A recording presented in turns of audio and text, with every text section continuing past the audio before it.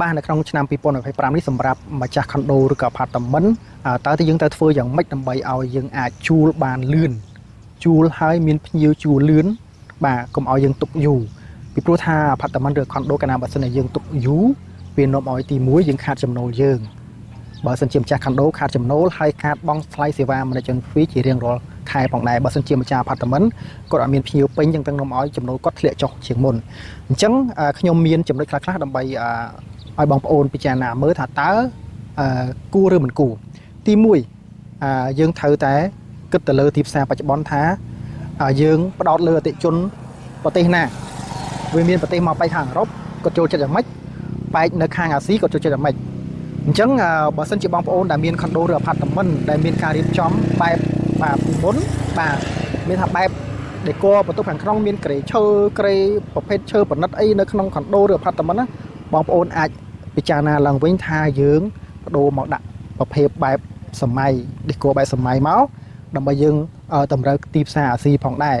ហើយបច្ចុប្បន្ននេះតាក់ទងនឹងបែបអឺរ៉ុបក៏គាត់ចូលចិត្តបែបប្រភេទសម័យដែរដែលមានភាគមួយចំនួនគាត់ចូលចិត្តបែបខ្មែរ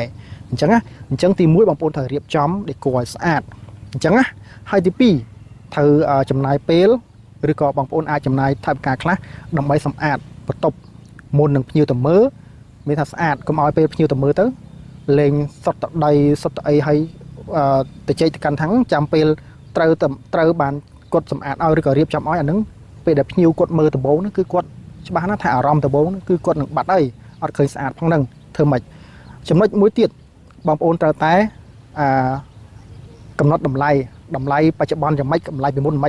នមានថាសេដ្ឋកិច្ចល្អបងប្អូនជួលតម្លៃថ្លៃអូខេតែសេដ្ឋកិច្ចអត់ល្អបងប្អូនជួលថ្លៃធ្វើម៉េចនឹងមានភ្ញៀវណាជួលហើយទីផ្សារនៅពេល2025នេះគឺភ្ញៀវកន្លែងចាស់គាត់តែងតែចង់បានតម្លៃធូរជាងមុនហើយបន្ទប់ល្អជាងមុនអញ្ចឹងបងប្អូនត្រូវគិតលើចំណុចនេះហើយទៅតនឹងការកំណត់តម្លៃនេះគឺបងប្អូនអាចទៅជែកជាមួយនឹងការភ្នាក់ងារឬការ agency ហ្នឹងតើតម្លៃប៉ុណ្ណឹងអាចមានភ្ញៀវឬក៏អត់ឬយ៉ាងម៉េចអញ្ចឹងណាហើយបងប្អូនអាចធ្វើការស្រាវជ្រាវមើលដោយខ្លួនឯងថាតើតំបន់នេះជួលតម្លៃប៉ុណ្ណឹងសេវាប៉ុណ្ណឹងយ៉ាងម៉េចដែរហើយចំណុចមួយទៀតបងប្អូនថាបន្ថែមសេវាសម្រាប់ម្ចាស់ condo អាច free ជាអ៊ីនធឺណិតឬ free សម្អាតអីចឹងទៅដើម្បីឲ្យគេហៅថាមានភាពងាយស្រួលក្នុងការដែលជួលលឿនហើយបងប្អូនត្រូវតែព្យាយាមតំណងទៅកាន់ភ្នាក់ងារបានច្រើនដើម្បីបងប្អូនផ្ញើរាល់បន្ទប់ដែលតនេទៅឲ្យភ្នាក់ងារគាត់រកភ្ញៀវជូនបងប្អូនអញ្ចឹងបើសិនជាបងប្អូនបានអនុវត្តនៅលើចំណុចទាំងនេះខ្ញុំជឿថាបងប្អូននឹងមានភាពងាយស្រួលហើយមិនទុកបន្ទប់ condo ឬ apartment បងប្អូនយូរទេថ្ងៃហ្នឹងមានប៉ុណ្ណឹងសូមអរគុណ